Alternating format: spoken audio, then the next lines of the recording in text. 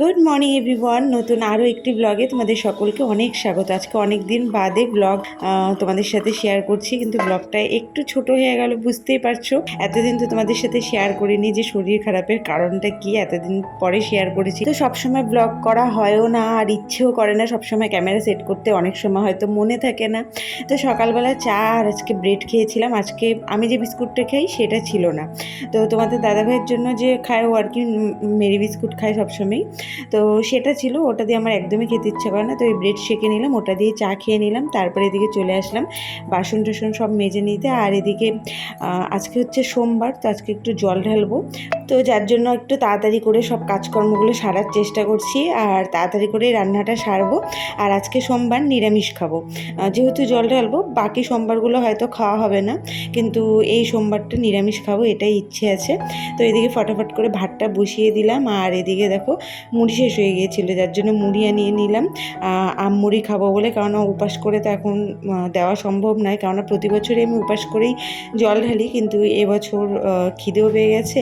এমনি দিনে তো আমি শনিবার আর মঙ্গলবার নিরামিষ খাই, কিন্তু যেহেতু জল ঢালবো শ্রাবণ মাস, যার জন্যই সোমবারটাই খাবো। আর আমাদের বাড়িতে কিন্তু আবার মানে আমার বাবার বাড়িতে এই শ্রাবণ মাসের সব সোমবারগুলোই মা নিরামিষ করে, তো আমার পক্ষে আর সেটা হয়ে উঠছে না, কিন্তু এই সোমবারটা মানবো। এদিকে একটা মিক্স সবজির জন্য সবজি কেটে নিয়েছি, আর এটা তোমাদের দাদাভাই খেতে ভীষণ ভালোবাসে। তার সঙ্গে বানাবো পনির। আর এদিকে ছুরি দিয়ে লাস্টে একটু ঢ্যাঁড়সগুলো কেটে নিচ্ছিলাম, কারণ ছুরিটা এতগুলো ছুরি কিনেছি, সবজি তো কাটতে পারিই না।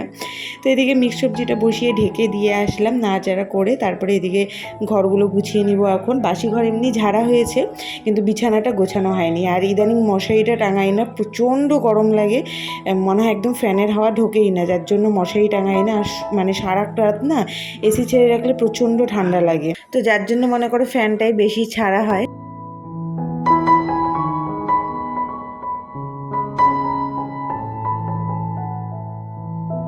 তো ঘর গোছাতে গোছাতে এদিকে দেখো প্রায় সবজিটা কিন্তু মোটামুটি হয়ে গেছে। তোমাদের দাদাভাই আবার এই সবজিটা একটু ঝোল ঝোল টাইপ, মানে বেশি গলে গেলে পছন্দ করে। তো এদিকে দেখো পনির কেটে নিচ্ছি, আর একটা কড়াই আমাকে খুব তাড়াতাড়ি নিতে হবে, মানে নিতে হবে বলতে কি অর্ডার করেও দিয়েছি। দেখি এখন কেমন আসে, যাই না আরও রিটার্ন করতে হবে কিনা, কারণ অনলাইনে অর্ডার দিয়েছি।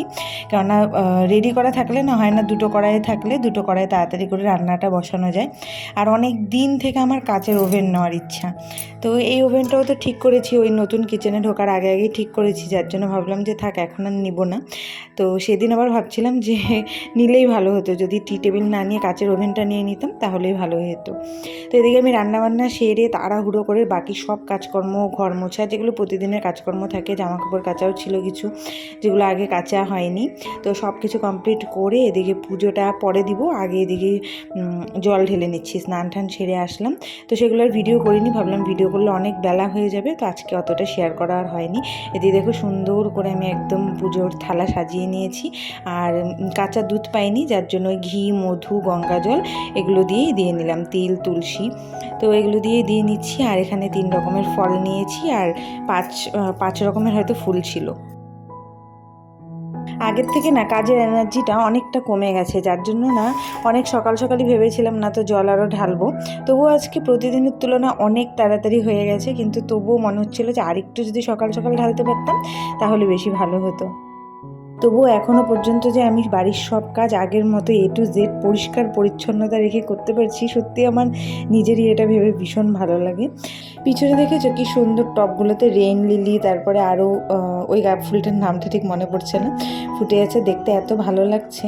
তো এদিকে দেখো 3 রকমের ফল দিয়ে কিন্তু আমি পুজো দিলাম।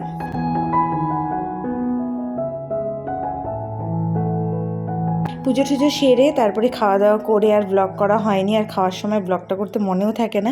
আর রাত্রিবেলার এই পার্টটা, যেটা চিংকির জন্য মাছ আনা হয়েছিল, আমি তো বড় মাছ খাই না, তোমাদের দাদাভাইও খাবে না, কিন্তু চিংকির জন্য আনা হয়েছিল। আর পরের দিনের জন্য বেশি করে মাছের মাথা আনা হয়েছিল, যে লাউ ঘন্ট করা হবে মাছের মাথা দিয়ে।